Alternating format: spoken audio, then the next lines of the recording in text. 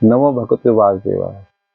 आइए भक्तों, कार्तिक शुक्ला द्वादशी के दिन ध्वजारोपण द्वादशी कहा जाता है।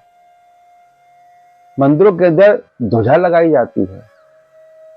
इससे भगवान की विष्णु लोक की प्राप्ति होती है। इसमें इस प्रकार देवऋषि नारद जी राजा प्रत को एक इतिहास सुनाते हैं। कहते हैं, राजा प्रत नारद जी कहते हैं कि एक समय की बात है, सतयुग युग के अंदर एक सुमित नाम का चंद्रवंशी राजा था। उसकी सत्यवती नाम की एक धर्म पत्नी थी। वो हमेशा भगवान के मंदिर में जाके ध्वजारोपण करती थी।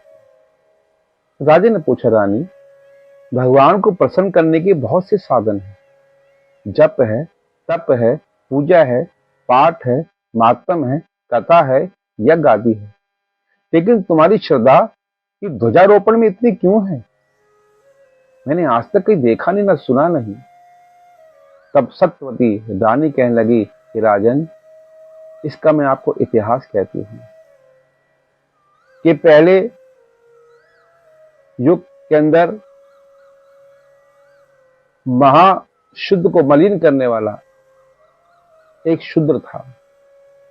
हमेशा धर्म से दूर रहता, ब्राह्मणों से दूर रहता, वैश्यों के पास जाता था। राजन, उसके परिवार वाले भी उससे दुखी हो गए थे। अतः परिवार वालों ने उसको घर से निकाल दिया और घर से निकलने के बाद जंगल में जाके रहने लगा। जंगल में मांस आदि मदिरा को पीने लगा, जीव जंतु को मारने लगा। और विंध्याचल सरोवर के अंदर, मेरा नाम भी कोकिलना थी, मैं निषाद कन्या थी, मैंने भी अपने पति की हत्या करके जंगल में जाके रहने लगी।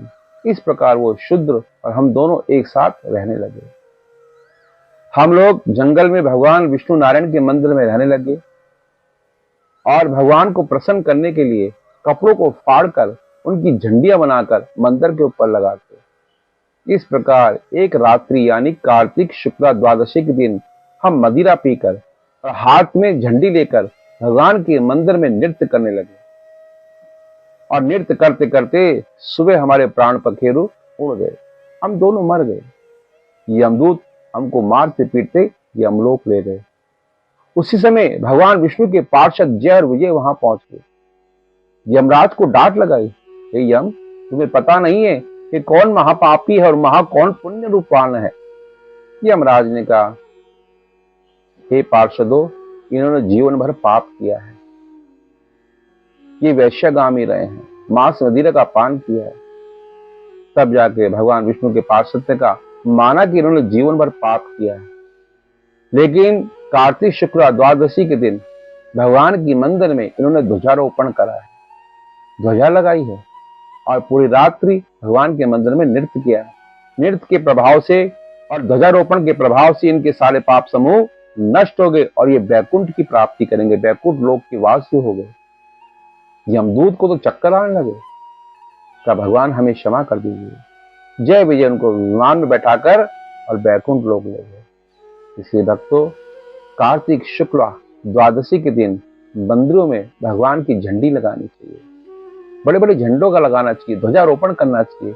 इससे हमारे जीवन में जिस प्रकार कोई भी पाप, जिस प्रकार उस कोकिला के और निषाद के शूद्र के पाप समूह नष्ट हो गए।